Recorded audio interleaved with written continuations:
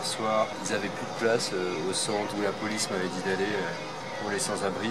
Donc après ils m'ont envoyé à un autre centre où ils m'ont payé le taxi pour aller jusque là-bas et où ils ont pu m'accueillir. Je leur ai expliqué ma situation et il n'y a pas eu de problème.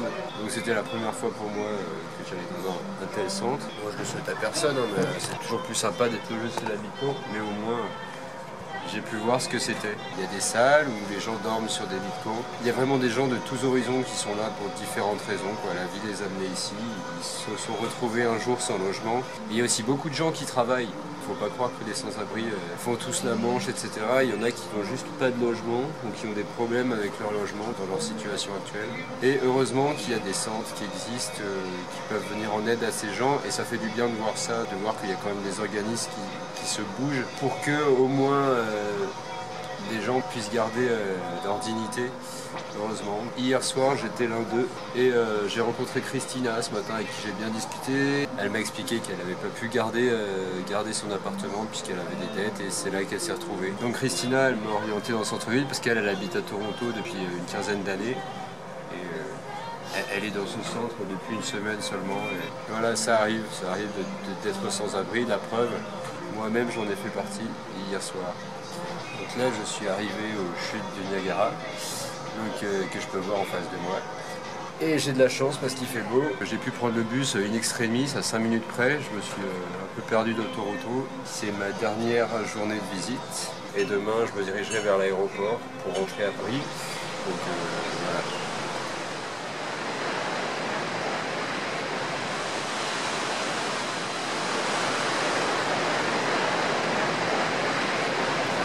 J'y suis, chute du Niagara.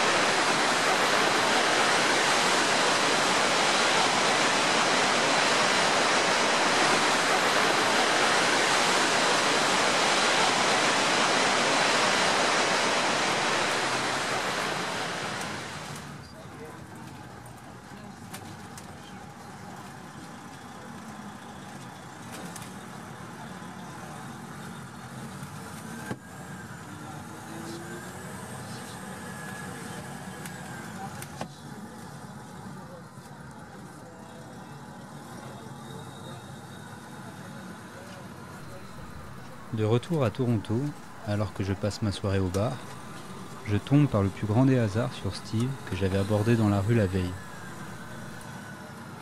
Me sachant à la recherche d'un hébergement, il me propose une alternative que je pensais inenvisageable. Une solution efficace à base de jacuzzi pour se délasser de 3 mois de voyage. Il m'apprend qu'à moindre frais, il est possible de louer une chambre pour la nuit dans un sauna.